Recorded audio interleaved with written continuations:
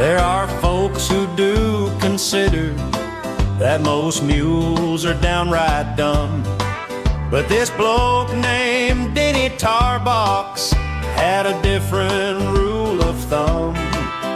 He will tell you that his closest friend for many, many a day was in fact a mule called Dividend, a real smart sort of babe.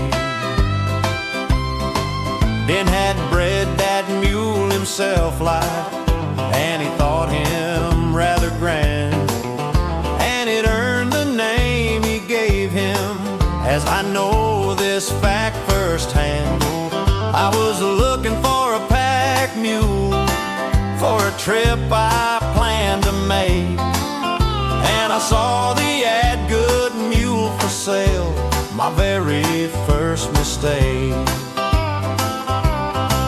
When old Dinny came to see me, he just praised that mule no end, and he guaranteed we'd get on well, he'd be a faithful friend.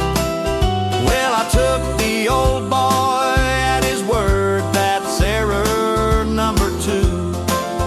Then he said goodbye to Dividend and drove off out of view. But next morning when I woke up, the old mule had disappeared, and I couldn't find a sign of him, which seemed a little weird.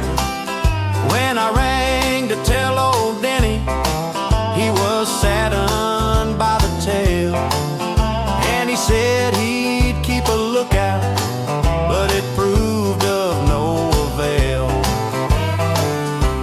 6 months later at a cattle sale, while talking to a mate, I made mention of my purchase and the loss I'd had of late. He then scratched his head and asked me if the mule, it was a bay, and the bloke who sold it to me was named Tarbox, by the way. It would seem that Dinny Tarbox had sold nigh on 20 mules, and they all were bays that disappeared